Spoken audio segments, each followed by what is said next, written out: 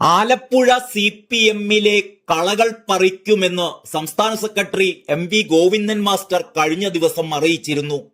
പുന്നപ്ര വയലാറിന്റെ മണ്ണിലാണ് ഇത്തരം കളകൾ ഉള്ളത് എന്നും അതാര് എന്നത് പ്രശ്നമല്ല, ആരായാലും ഒഴിവാക്കുമെന്നും അവരെ ഒഴിവാക്കുന്നതിന്റെ പേരിൽ എന്ത് നഷ്ടമുണ്ടായാലും പ്രശ്നമല്ല എന്നൊക്കെയായിരുന്നു ഗോവിന്ദൻ മാഷിന്റെ വീരവാദം.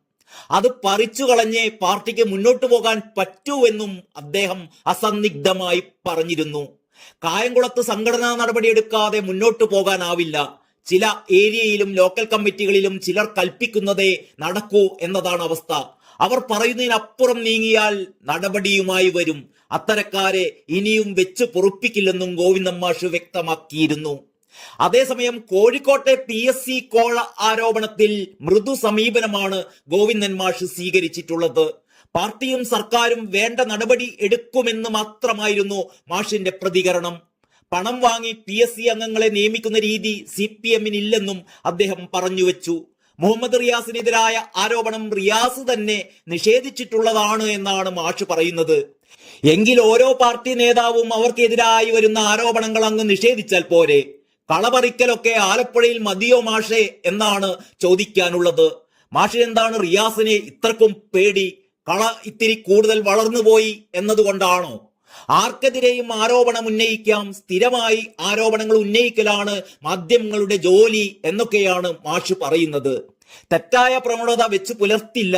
പരാതി ഉണ്ടെങ്കിൽ പോലീസ് അന്വേഷണം ഉൾപ്പെടെ ഏത് അന്വേഷണവും നടക്കട്ടെ എന്നൊക്കെ അങ്ങ് പറഞ്ഞ് ഗോവിന്ദൻ മാഷ് കോഴിക്കോട്ടെ ഗുരുതരമായ കോഴ ആരോപണത്തിന് നേരെ മൃദു സമീപനം സ്വീകരിച്ചു കൊണ്ടിരിക്കുകയാണ്. വിഭാഗീയതയും റിയൽ എസ്റ്റേറ്റും അടക്കമുള്ള വിഷയങ്ങളാണ് കോഴിക്കോട് CPM-ൽ ഇപ്പോഴുണ്ടായ കോഴ വിവാദം മൂർച്ഛിക്കാനുള്ള കാരണമെന്നത് പരസ്യമായ രഹസ്യമാണ്.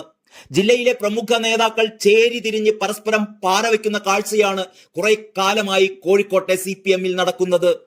ആരോപണ വിധേയനായ ജോർജ് M. തോമസിനെ തിരിച്ചെടുക്കാനുള്ള ശ്രമമാണ് ഏറ്റവും ഒടുവിൽ നടന്നത്. ജില്ലാ നേതൃത്വം നടത്തിയ നീക്കം ചില സെക്രട്ടേറിയറ്റ് അംഗങ്ങൾ സംസ്ഥാന നേതാക്കളെ ബോധ്യപ്പെടുത്തി ഒടുവിൽ അത് തടയുകയായിരുന്നു. ക്വാറി മാഫിയ, പങ്കുപറ്റൽ തുടങ്ങിയ ആരോപണങ്ങൾ പ്രാദേശിക നേതാക്കൾ ഉയർത്തിയപ്പോഴാണ് ജില്ലാ സെക്രട്ടേറിയറ്റ് അംഗമായിരുന്ന ജോർജ് M. തോമസ് പുറത്തുപോയത്. നഗരസഭയിലെ പ്രമുഖ സ്ഥാനത്തിരിക്കുന്ന ഒരു നേതാവിനെ മാറ്റാനും സമീപകാലത്ത് നീക്കം നടന്നിരുന്നു. ജില്ലയിലെ ചേരിതിരിവിൽ എതിർപക്ഷത്താണ് ഈ നേതാവ് എന്നതായിരുന്നു മാറ്റാനുള്ള നീക്കത്തിന് പിന്നിൽ. റിയൽ എസ്റ്റേറ്റ്, ഭൂമി തരം മാറ്റൽ തുടങ്ങിയ കാര്യങ്ങളിൽ ചില നേതാക്കളുടെ ഇടപെടലുകളും കുറെ കാലമായി തർക്ക വിഷയമാണ് ഇവിടെ. നാദാപുരം മേഖലയിൽ നിന്നുള്ള ഒരു വ്യാപാരി പാർട്ടി കാര്യങ്ങളിൽ ഇടപെടുന്നതും പ്രമുഖ നേതാവിനെ മുൻനിർത്തി ചില സ്ഥാപനങ്ങൾ തുടങ്ങിയതുമൊക്കെ തർക്ക വിഷയങ്ങളാണ്. കോർപ്പറേഷന്റെ ചില വാടക സ്ഥാപനങ്ങൾ ഇയാൾ നേടിയെടുത്തതും വിവാദമായിരിക്കുകയാണ്. ചുരുക്കത്തിൽ കഴിഞ്ഞ കുറെ കാലമായി കോഴിക്കോട്ടെ പാർട്ടിക്കുള്ളിൽ പുകയുന്നത് പാർട്ടിക്ക് നിരക്കാത്ത വിഷയങ്ങളുമായി ബന്ധപ്പെട്ട തർക്കങ്ങളാണ്. ഇപ്പോഴത്തെ കോഴ വിവാദവും സമാനമായ തർക്കങ്ങൾക്ക് ശേഷമാണ് ഉണ്ടായത് എന്നാണ് സൂചന.